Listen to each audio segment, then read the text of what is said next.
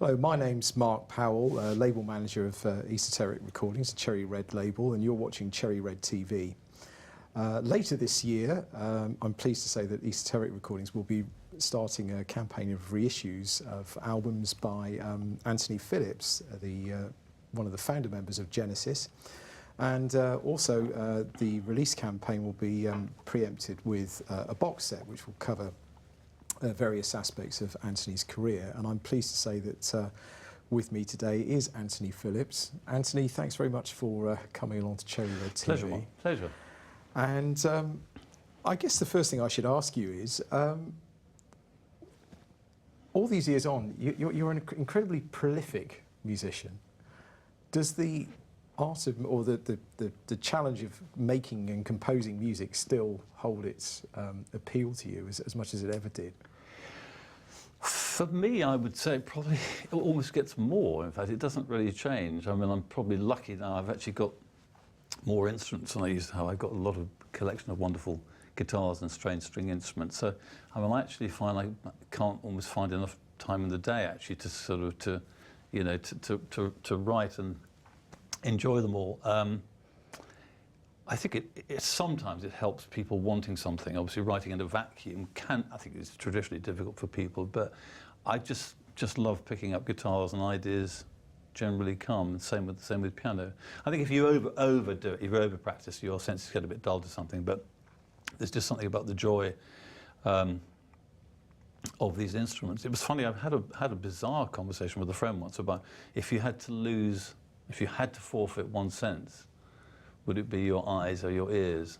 I'm not going to tell you who this person is, because he's well known, a good friend of mine.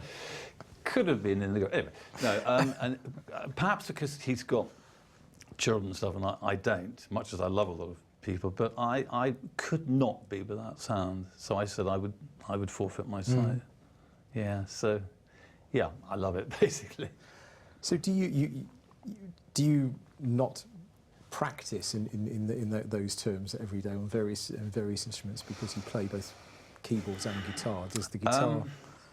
I get little phases where I see a brilliant technician and I think, my God, my technique's awful.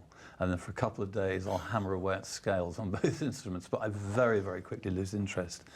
And for me, composing is the exciting thing, and the sound of the instrument being fresh. And if you bash away at scales and stuff, it's great for your technique, but it's really not good for your composition. That's in my humble opinion. I mean, I'm sure John Lennon did not sit and practice scales. There's something about, I'm sure when he came to an instrument each time, it was fresh, and therefore the idea he came up with was always so new and brilliant. But I think like anything, if you over practice, it probably does dull the senses a bit. But I do get a bit embarrassed sometimes when, you see a great technician and you think, oh dear. Then you just think, I'm a composer. So how old were you when did you first start playing a musical instrument, and what instrument was it? Well, I was at prep school, and we had another guitarist who was well, just one other guitarist really, and a couple of other guys started playing, I think, as well. Anyway, kind of long story short, it was around the time of My Old Man's a Dustman, and they asked me to do the singing. I couldn't really sing, and we did this very impromptu version of it in the school hut, upon which I forgot the lyrics. So I got sacked from the singing. So I thought, damn it, I'll take up guitar. And then so my then aim, but it wasn't just a purely competitive thing. I just thought, well, I'd like to be better than this guy, Roger Farrell, because he was a bit of a bounder anyway, actually.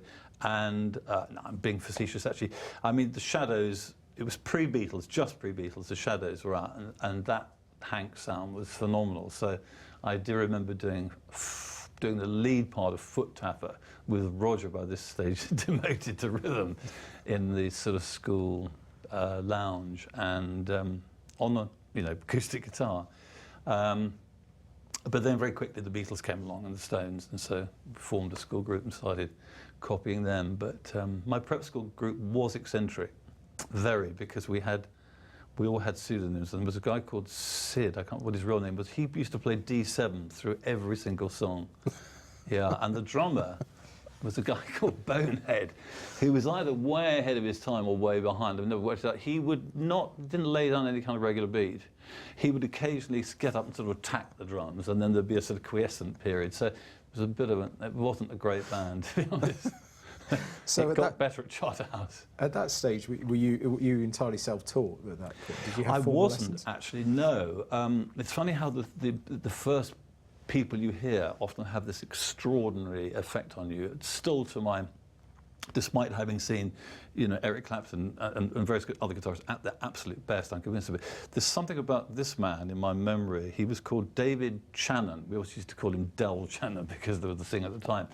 He had a beautiful classical guitar. It was one of the ones which was much more, and he had a very aquiline face. And I started having lessons. And my mother very kindly used to send me some of the Beatles sheet music, which I remember used to cost 2 and 6. And it was basically written for piano, 2 staves. And it had the guitar shapes written above, as in the frets, so you could, and the names in A minor, so you could crib it from that, you could pick it up from that. But what he did, at sight, remember guitar you read on 1 stave, he played the tune and the chords together straight off. Like da da da da da da da. And I looked at this man, and he was, and I didn't have lessons for very long, but he basically taught me all the rudimentary chords. And whether or not I would have got as far without him, I don't know. But he was a real inspiration. I always wonder what happened to these people, really. But yeah, and then after that, I just kind of picked up chord knowledge, and I could copy reasonably well. There was always a sort of competition at Charterhouse to see who could play the latest. There were 3 pianists in the house, Tony Banks and 2 other guys, and there'd always be a race to see who could do the slightly more complicated Beatles songs first. But I didn't have a lot of competition with guitar, luckily. By the time I left, there were a lot of good guys, but yeah, so I found it quite easy, actually. So when you got to Charterhouse, or when you were at Charterhouse, what was the attitude there towards you actually sort of playing pop music? Was it easy for you and everyone else? No, not at all. Because we were coming into that mid-60s time where there was this huge explosion of colour and just spirit of youth, wasn't there, after the 60s, which were in the sort of pall of the war. And I think it was they just didn't understand what was going on, and there was a bit of a threat to the school, because, to be fair, some of the people associated with the groups weren't sporty, they weren't particularly academic, they were probably going off and smoking, and they were sort of ne'er-do-wells, if you like. Not all, I'm not saying the people in the groups all were, but so it kind of got that image as being dangerous and guilty of subversion. I think also there was a strange thing at the time, which was, I don't think it goes on now so much, but each house wanted you to do things for them. You were a sort of feather in the cap. And if you did sort of inter-house activities and things which the house didn't gain any kudos from, why are you going and playing in a group with so-and-so from Lockheit's, because I was in. And so that was kind of frowned upon, really. And we tended to be sort of not actually threatened, but if you didn't do well in form order, 2 weeks off playing guitar.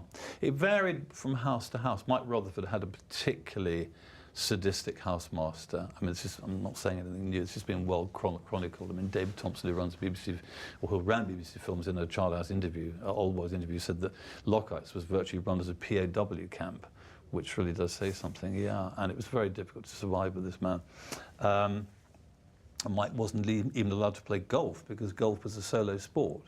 I mean, that's how antediluvian things. So you can imagine how the groups went down. Mm. So constantly we were one man short, because so-and-so wasn't allowed to play guitar for 2 weeks. So, yeah, it was tricky. I mean, I can see from the school's point of view that they were trying to contain this potential insurrection. A lot of people wanted to leave because things were very old-fashioned. It felt a bit like a prison camp at times, I'm afraid. Now it's they go home every weekend. It's all much more elastic and much more familiar and all the rest of it. But no, it was a tough time. I sort of feel a bit as though we were kind of frontiersmen that made it easier for those that came afterwards. Because now the schools embrace all the different types of music. There's none of that nonsense anymore. And of course, what it did was create a barrier the other way, because you get these guys saying, oh, nonsense, you know, one day you'll like serious music. Now, is that really the way to get a guy into embracing classical music? Well, of course it's not. It's hopeless. So I think the attitude from both was mistrust, and they were very set in their ways. And there was a very camp master called Geoffrey Ford who thought I had some musical talent and tried to play me Debussy and people, and I just wasn't ready for it. And he tried to give me piano lessons, but again I wasn't ready for it. I used to cheat and write the notes, the names and notes under. But he let us do this impromptu concert, and this story is well known, and half the school were there, probably more people than watched most of my Genesis gigs. And his diktat was no announcements, because you don't announce at a classical concert. You don't say, and the next number is, you know, it's my song. So we had a big equipment breakdown. It was getting restless. So the singer, Richard McFeld, who was great credit, said, sorry folks, this is all part of the act. You know, good line. And then fatally he said, the next one we're going to do is one of our own numbers. There was only one.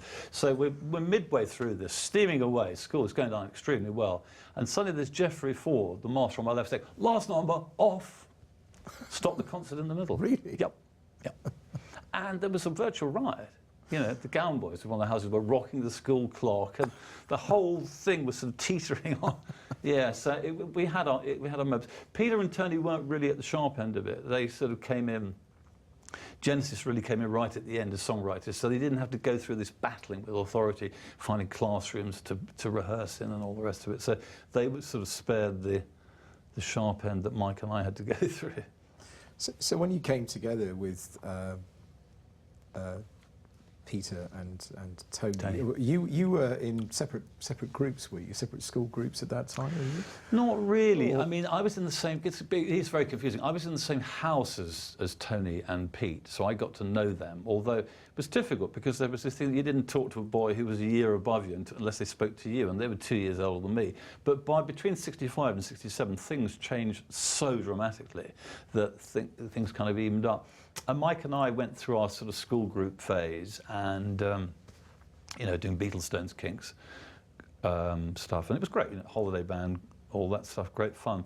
But we started writing our own stuff. And I got to know Tony quite well, partly because of this thing where they go into the dining room and play the latest Beatles songs. And I would go along, you know, so I cut it a bit with these elder guys by playing guitar along. But we asked Tony if he'd come along and play piano, or was it organ? I can't remember now, because he was a pianist to start with. Anyway, on our demos, and he said yes if he could bring Pete along and they could do one of their own songs. The reason I'm laughing is it's quite important that, because basically what Mike and I wrote was pretty average actually, and the song that they wrote, Pete then sang on all the stuff. It was the song that they sang on was the one that when Jonathan King, who was given our demos, when he was given it, it was the one song that they clinched it. Yeah, so basically, if Pete hadn't come along, I wouldn't be sitting here now probably.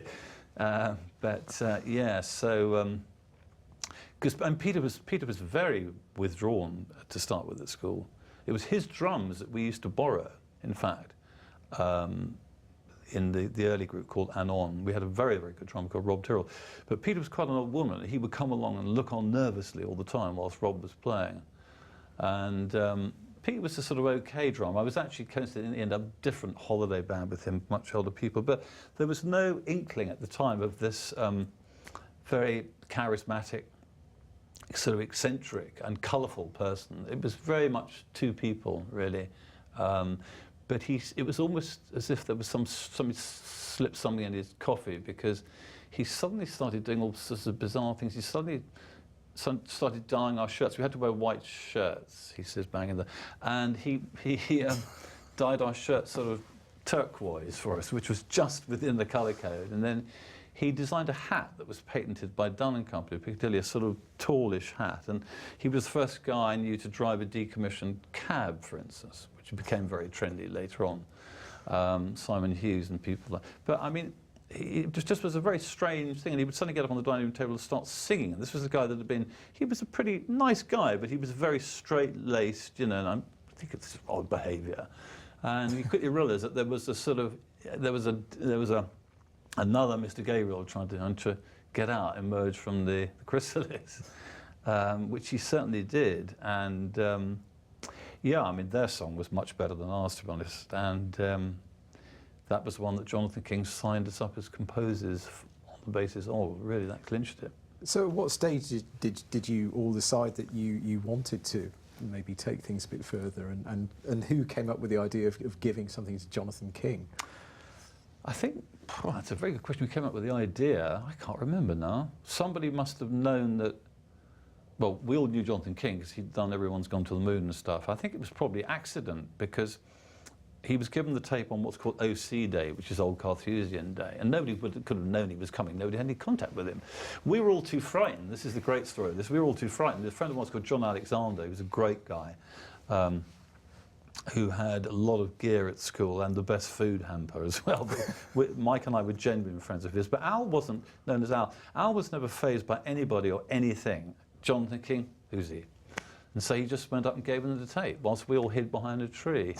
And then we were signed. All the dads had to come to the meeting because we were all too young. We got 10 quid each, I think it was. We signed, we basically, remember, we were still doing exams. So we were still at school, so we signed as composers. At that stage, not a group. He wanted, you know, he was looking for songs. And he saw in that first song some potential, which we then didn't fulfill, because it was around the time of Sgt. Pepper by now, and so everyone's writing these big long epics. So we started writing these great long things with titles like The Mystery of Flannan Isle and all this sort of stuff. And of course, he didn't really like that. He wanted, Jonathan King was a very commercial animal, was a very clever guy, and he would joke about himself. You know, he did it all with 5 or 6 chords, and he was clever with 5 or 6 chords. But so he was very nonplussed by these long, rambling epics, which were never going to be coverable, were they? So he got us to sort of pare things down and try and turn us into a more commercial unit.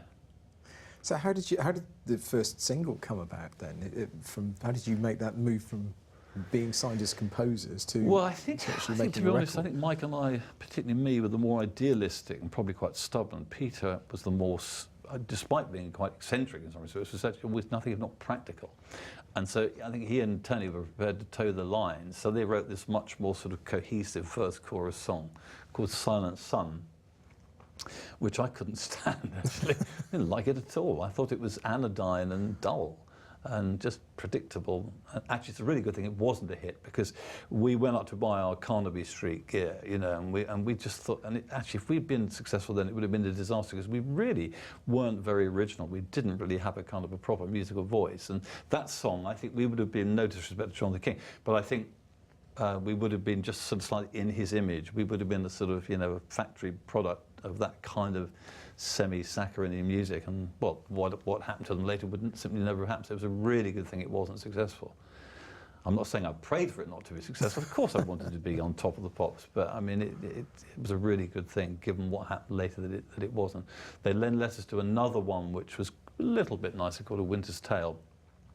That wasn't successful. And then Jonathan King very kindly let us do an album, and actually let us do not 5-minute epics, but let us have our own way a little bit. You know, he wasn't monitoring all the demos, which was actually very generous for the time. Because remember, you know, nowadays you can do an album at home, then it all had to be paid for.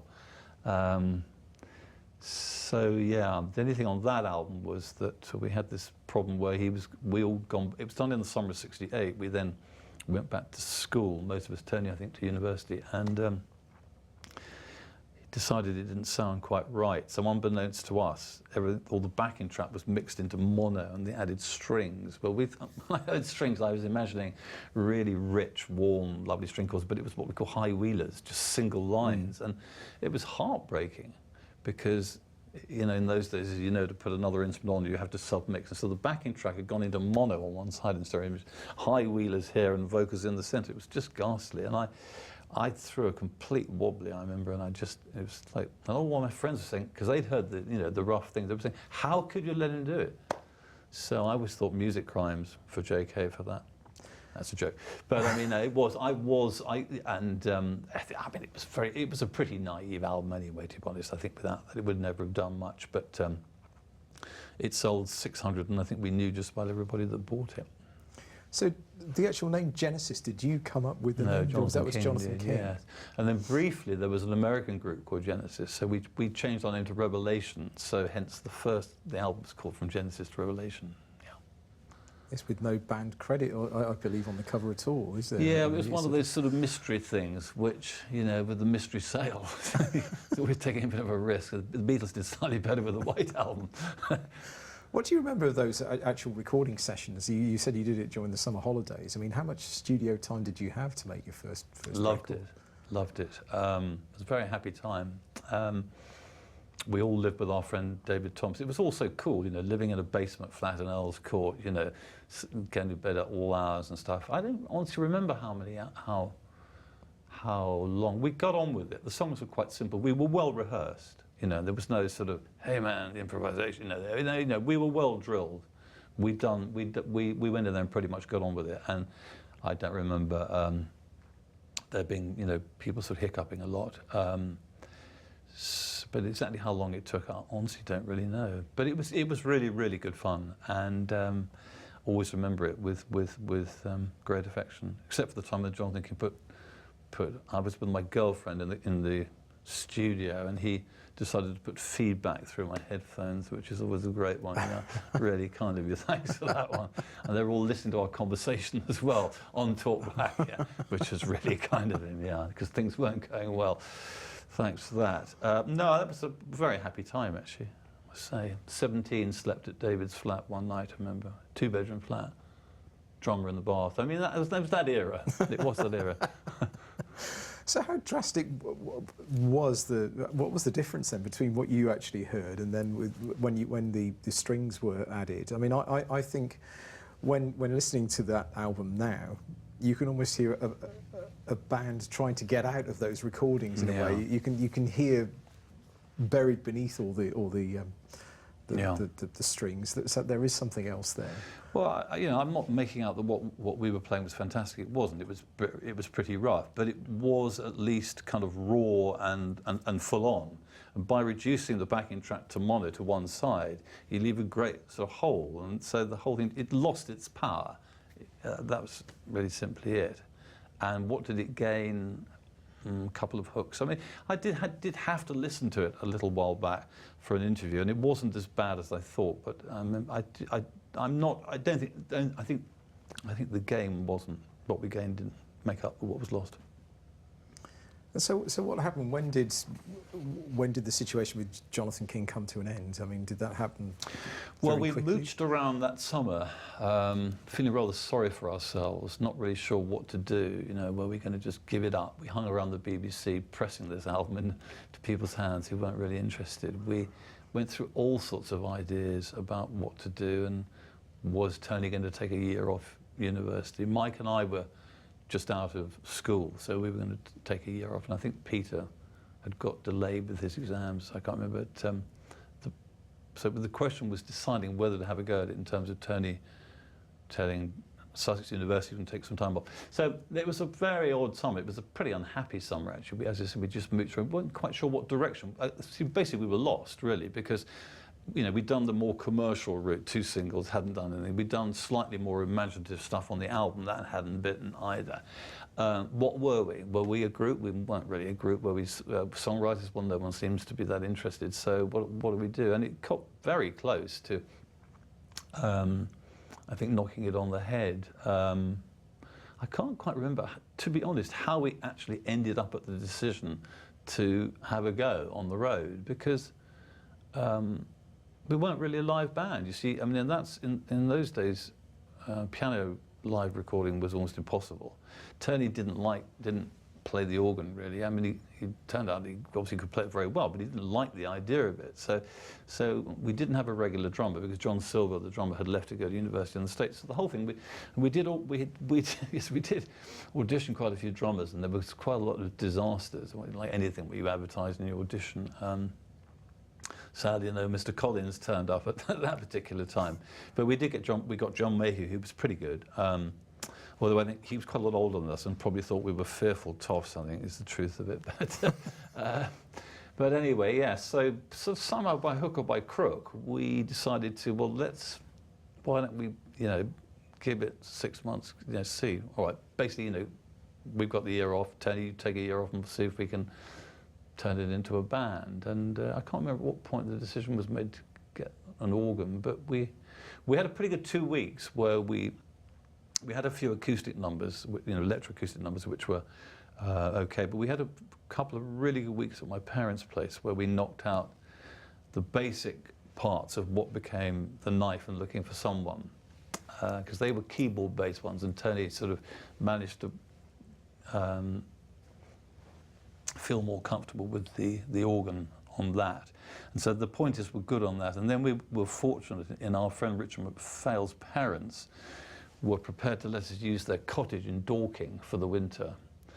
They must have known it was going to be a pretty ferocious winter because it snowed a lot. There were 39 steps, and having to take that sodding organ up and down those steps.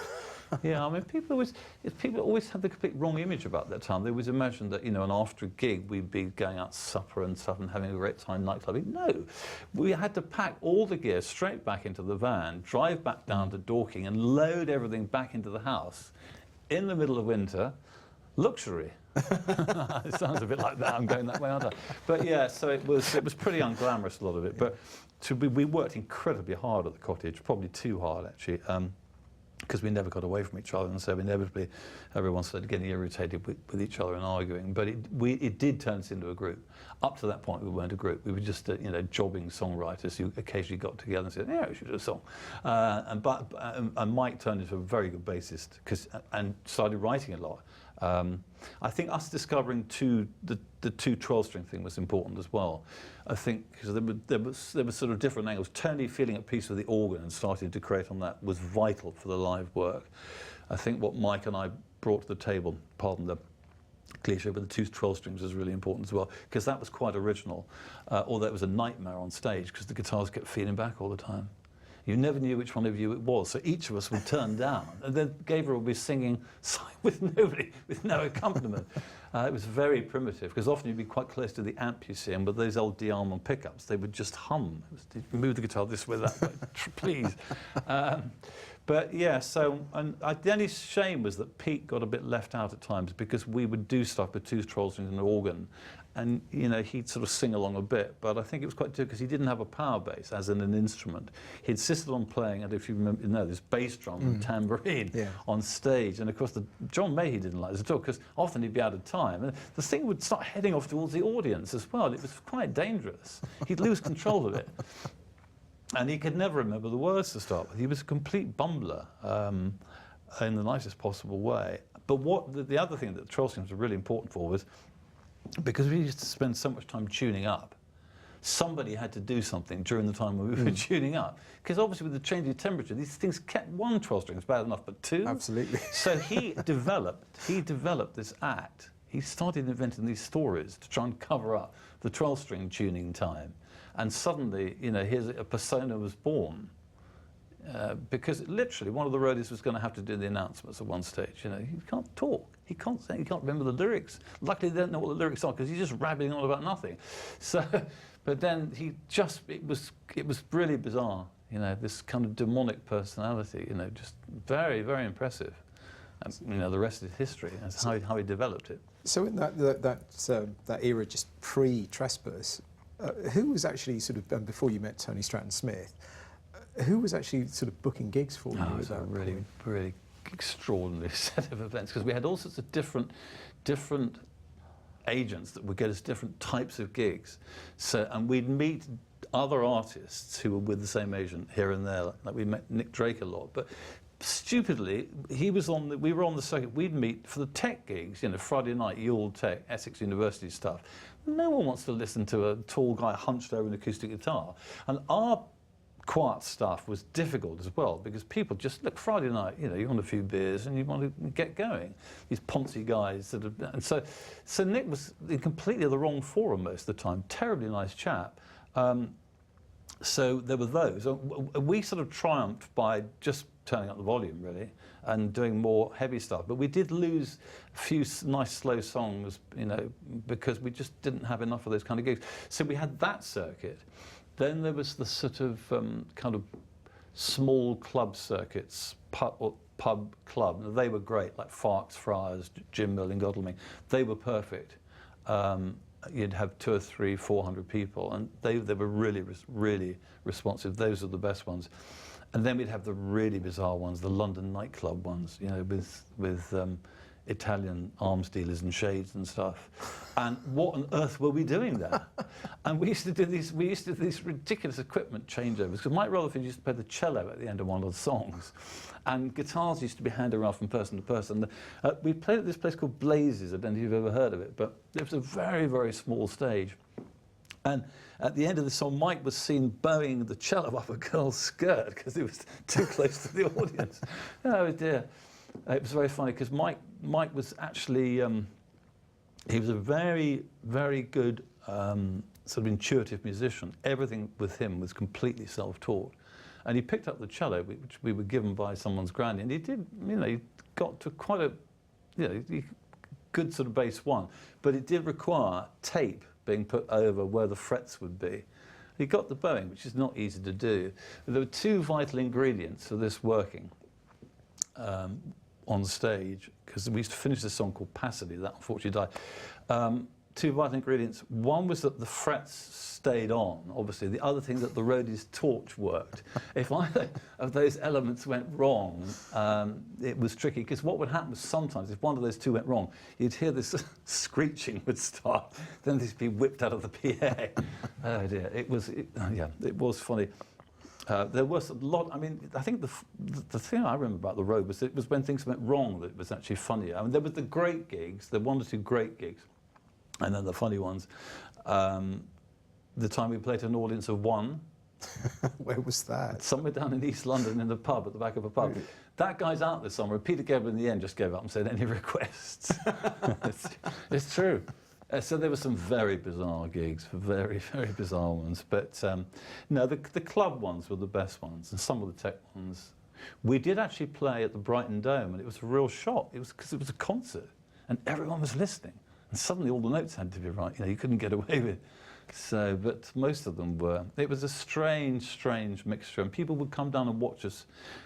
All these prospective managers would come down to the cottage and watch us and come up with some. I remember some guy saying he was quite knocked out. You think, well, hang on, you can't be quite knocked out. You're either knocked out or else you're not.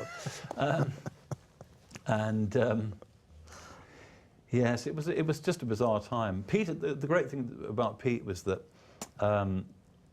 he was, whilst as I was saying earlier, he was hugely creative and inventive, but he was so practical as well. He was the one on the phone to the agent. So the rest of us were rather too idealistic. I think I was probably the worst, really, for our own good, thinking the music will out. He was the one that knew if he didn't get on the phone and call the agents, it wasn't going to happen. So always a interesting mixture of Peter in that respect. Yeah. So how did you come to the attention of Tony Stratton-Smith? It was at Ronnie Scott's, wasn't it, I believe? I can't remember who drew his attention to us, but that's where we ended up by doing these dreaded, well, I say dreaded because I used to dread them myself, showcase gigs, because there were not many people there, but everybody that was there was important. So there was no atmosphere at all. And just a sort of pure fear ran through my veins by this stage, because you were really on the spot. So-and-so was coming tonight, you had to be good, don't screw up, basically. And it was getting wearing in all sorts of respects, because we didn't have time to rehearse new material, so it became, and there was very little room for any change. I was the lucky one, I had 2 solos, I think, so I had some different notes, but the rest of it was literally like playing the New World Symphony every night, and it got very dull. And I'd had glandular fever before we'd gone on the road. So I was actually, and I discovered later, you know, that you're supposed to look after yourself and eat sensibly and all that kind of stuff. And of course, we were living completely the reverse life. I mean, if we did a gig somewhere in the Midlands or North, we wouldn't always drive back. We'd just doss on someone's floor. I remember somebody saying, I know a guy with a bloody big ass in Buxton. And we stayed on floor in winter, bloody big ass in Buxton. And it was Mac cool, Mac. Yeah. And so this was not a great way to, and I kept getting colds and stuff, and I was becoming a bit of a passenger, really. And I think that to this day, I've since heard actually that glandular fever can actually affect your nervous system as well. And so it's perhaps, looking back on it, unsurprising. I started developing terrible stage fright. Initially, I was about the keenest, and Pete was the one that was. Pete was more sort of I just developed this kind of thing. I've since heard actors talk about it, where you're about to go on stage and you suddenly think, how does it go? How does it go? And it's actually really gripping fear. I can laugh about it now because I've heard so many people talk about it. But at the time, at the age of, I mean, I went on the road at the age of 17. You know, left at 18. You know, it puts it in perspective. At the age of your son, I didn't. You know, I just sort of thought, "What? I'm going mad here. What's happened to me? You know, why am I, you know, panicking about being able to remember the?" But you know, it's a common thing amongst actors, and I think probably having had the whole glandular fever thing and being very run down, I was kind of maybe more at the mercy of kind of pressures that, you know, and those kind of things can strike anybody. I heard Derek Jacobi in his quite advanced years saying he was about to go on stage one night, and he suddenly thought, to be or not to be, how does it go? And saw himself discombobulated, if you like, doing it, thinking, how am I? And I remember the same thing. I remember looking at my hands and thinking, how am I? And it's very frightening, actually. Very, very frightening. Not a good one at all. No, because it's not, you see, it wasn't the kind of group as well, this is not being unfair to the others, it wasn't the group where you could go down to the pub, have a few pints and actually say, can I just tell you? It was all so sort of intense that, yeah, so, it wasn't a lot of fun, the last part, I have to be honest with you, actually. So had that sort of thing started affecting you by the time you recorded Trespass, or was it? Oh, way before. No, it hit me it was Watford Tech playing with Atomic Rooster in January. Yeah, and I battled through it for about 3 months. Kept thinking this will go away, really? Because the oral, I don't like this, and I'm sure this is, you know, passing phase. But the trouble was, it wasn't, you see, and I just kind of I ended up getting bronchial pneumonia because my body couldn't take it. Actually, it wasn't as bad as it sounds. But so I was out for about 2 weeks. Then I came back and we recorded Trespass, then we went back on the road briefly in about July. But I realised that, well, see, doctors were advising me to leave as well. You know, obviously, if you get bronchial pneumonia, people are saying, what have you been doing? And I've been on the road saying, So I was advised to quit. Yeah. So how was the experience of recording Trespass with all that going on? Did you actually enjoy the recording process of that? I think it did quite, actually. It wasn't bad at all. Yeah, but at that point I just come out of the illness, and obviously there was no audience there. John Anthony was great fun. Had a bit of a battle with Robin Cable, the engineer, because he was, was a very esteemed engineer, and we had this battle with the 12 string where he said, that doesn't sound like a 12 string, because people used to record 12 string in a certain way, and I think we had something slightly original going with our 12 strings, and we used to put them through all sorts of bizarre machinations, and so we had this battle, and I always remember that doesn't sound like a 12 string. Well, it's how we do it. But that aside, it was fun. John Anthony was really nice and made everybody feel very relaxed. And I've always enjoyed recording, although he wouldn't let us drop in. And I remember sometimes you had to wait some of the long numbers. I don't know why he wouldn't let us drop in. And if you have to sit for 6 minutes, by the time you get to your chord, basically your hands are shaking. I was all right, but Mike had to wait a long time for a classical guitar thing. But by the time he got there, he couldn't do it. The recording was fun. How do you view the material on that album? Because I think it's, considering the age of the band, it's a very mature album. It's a massive step up from Genesis to Revelation. Yeah. Yes, I know. I think the thing is that there was an intermediary period which never got recorded. So probably if one knew those songs, you'd sort of see the development. Certainly in terms of the things like Dusk, White Mountain, Visions of Angels was actually recorded on From Genesis to Revelation, but luckily it was so dire that they left it off. So it really must have been dire.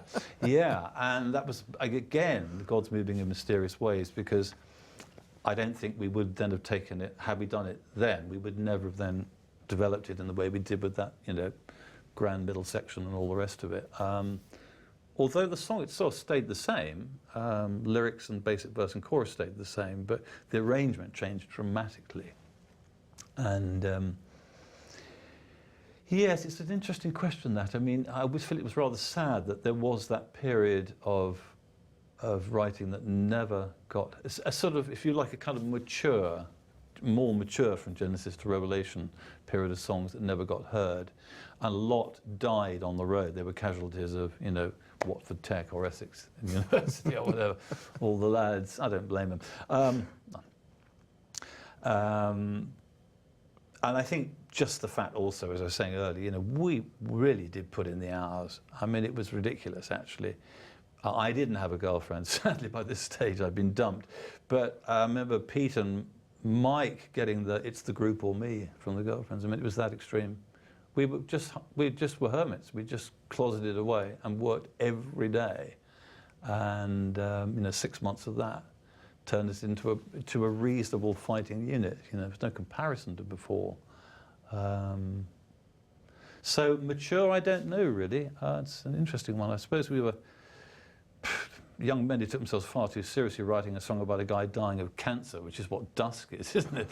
I mean, it's a pretty cheery yes. one, isn't it? The Knife, of course, people don't realise, is actually a spoof revolutionary song. It's not a pro-revolutionary song. It was Peter spoofing it. But difficult to know, really. I came up, funny enough, a chap that runs my website, Jonathan Dan, came across, he goes through all my early tapes. I call him my sonic sleuth. He came across a very, very early version of White Mountain where the riff first comes out and you hear somebody saying, "Ooh, that's nice." And there's me saying, "I'm sure that sounds like something else, actually." And years later, I realised what it was.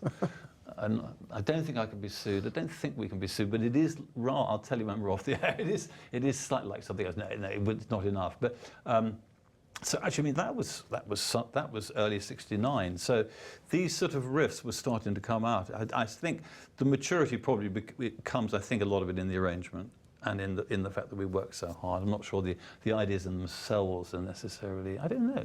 Difficult one for me to judge. You mentioned The Knife. I mean, that's the track that sort of stands out in a way stylistically from the rest of the album, and it was a track that Genesis continued to perform live for some years after you left. Was that written as a response to indifferent audiences, or was it something that you created deliberately to try and get audiences' attention at the difficult tech gigs? No, it wasn't. No, as I was saying earlier, when we did a couple of weeks at my parents' place before the Cottage, and Tony became happy with the organ. We took these two. We took a lot of the 12-string stuff of Mike, but we took this keyboard idea of Tony's, which was called The Knife because it sounded like the nice, and he was very interested by Keith Emerson.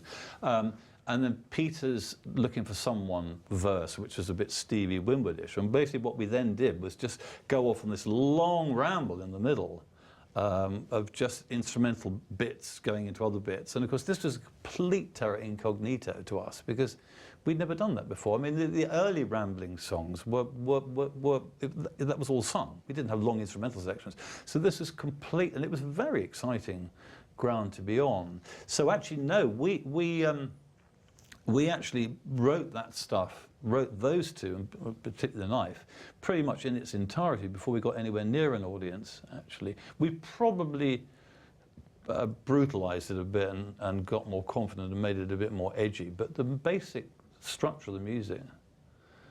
Yeah, The Knife had another classic Peter Gabriel absent-minded one, was that Peter's a pretty good flute player, but this is an A-flat minor. Right, so what he used to do was, if you pull the flute out, you can change the tuning to A minor, which is a lot easier. Now, most nights he would remember, but just occasionally. And Tony used to have to say, Pete, flute. But occasionally, because then I think the lights were dim and you get to this really sweet section, this guy would start a semitone out. Oh, God almighty. It's a painful moment. Yeah. And actually, a song that had its gestation period as well, sort of during that time, was the beginnings of musical box as well. Is that something that you... Yes, I mean, before we went on the road, Mike and I mean, there was this whole period about a month or two before where are we, aren't we? And Mike and I were writing a lot of our own stuff as well. We were putting forward lots of stuff. We had a big session where we put a lot of stuff aside that ended up on the Geese and the Ghost, for instance. We'll come to that later. But, and just one of the little bits that we wrote was something that ended up as the, you know, front of a musical box. And just, so when I'd left and Mike was looking for bits, he, you know, for the first, which would have been nursery rhyme, wouldn't it?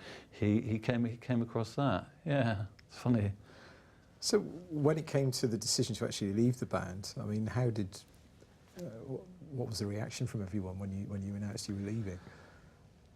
I remember Mike poured himself a whiskey. I didn't drink whiskey at the time.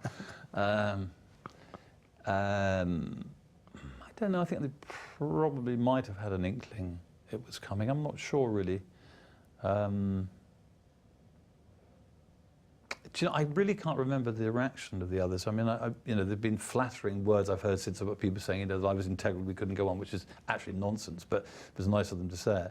But I think, you know, we were sort of inseparable four. There was probably the feeling that if you took one part out, that it couldn't. But actually, the other musicians were so strong that it didn't really matter. But I honestly can't remember the reaction of the others. I do remember Mike just sort of pensive, really. Yeah. I mean, they didn't try and change my mind. I think they'd seen me sort of drift, you know, kind of drifting away, really, probably as well. Yeah. And so when you left the band, what did you decide to do next at that point? Was music still the thing you wanted to pursue? I was a pretty lost soul for a while, actually. I was pretty muddled. I was going to go to university and then didn't. Kind of mooched around for a while. And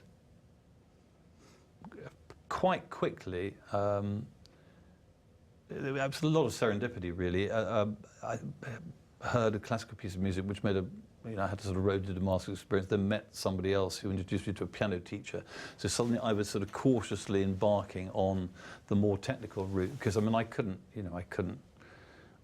read a note of music. I played piano with a very strange style involving crossed hands, and I broke all the rules. But that's probably why I wrote some quite original things. But so I kind of just, in a rather muddled, undeliberate way, drifted into study. I think I'd always got the wrong end of the stick about, and I still think the name classical music is ridiculous, because it's what you're talking about is the best music that's been remembered and handed down for the last 1,000 years. And within that, there's going to be things that people like and don't like. So when somebody says, I don't like classical music, you think, well, okay, maybe you haven't. Because I remember hearing Clair de Lune by Debussy and thinking, oh yeah, the Beatles. And I thought, no, wrong way round, other way round, mate. Because I always sort of thought, I'd associated classical music with the more sort of ornate, but rather, how can I put this without insulting anybody?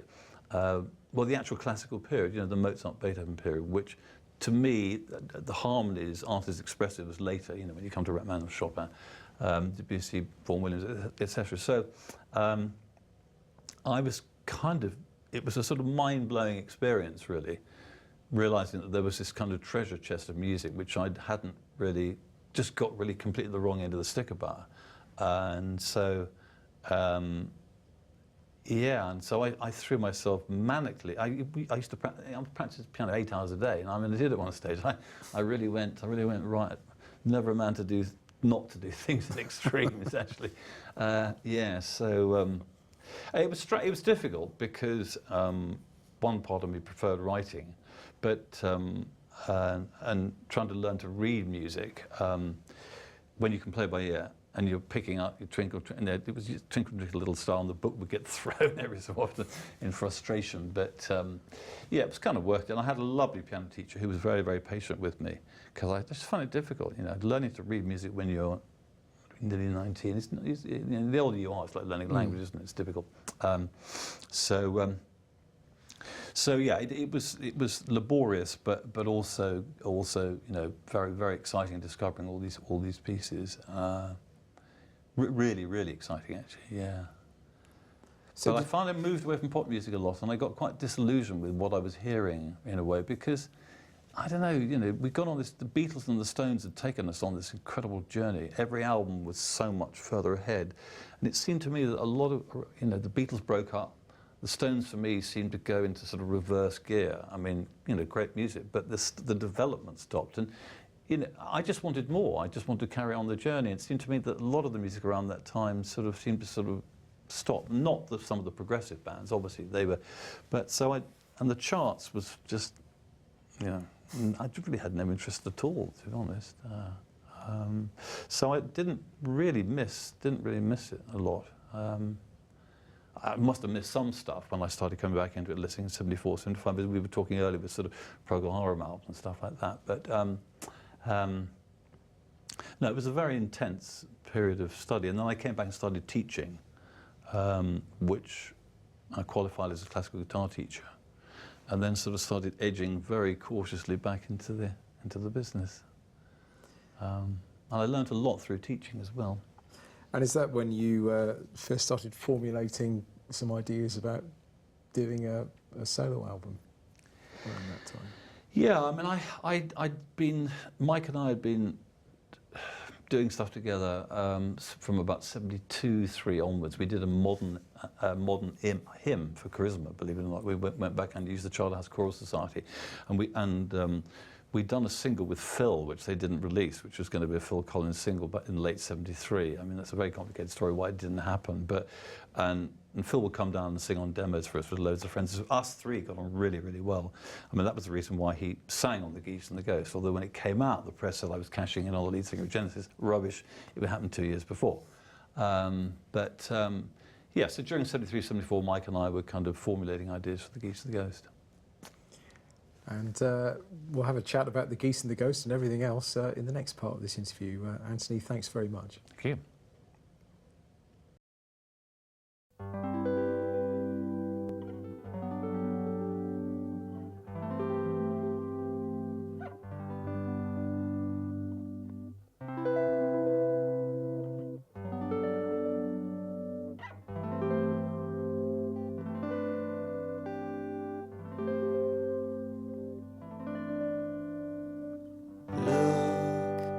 See how the world goes round. Look, see how the day goes on. You, it won't stop to help you. Me, it won't stop to help me. All the time the wind is blowing, where it's blowing next we don't know.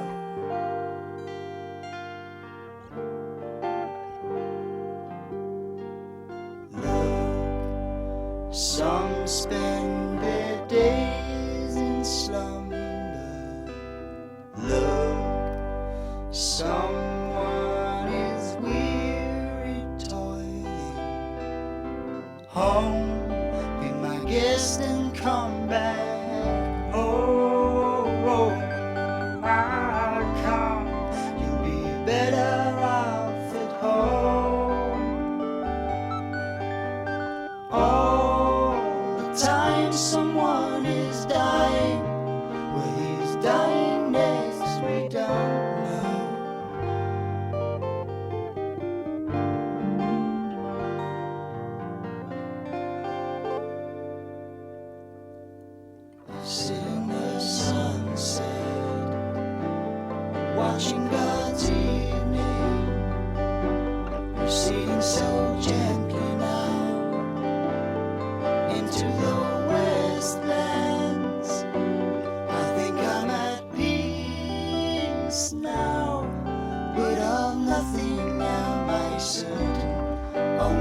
which way will the wind blow next time?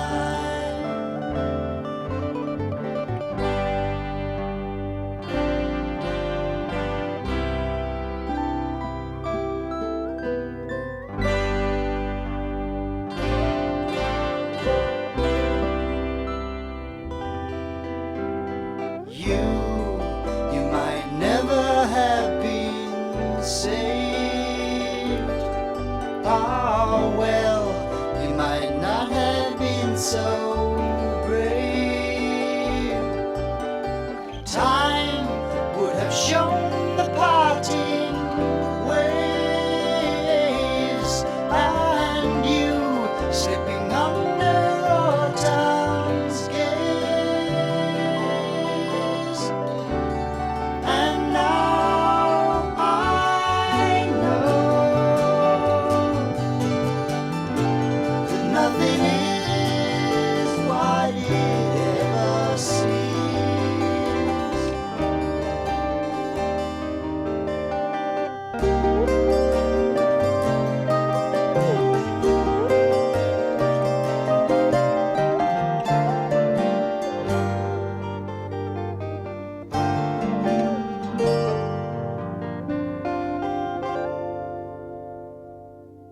I sit in the sunset, watching God's evening, receding so gently.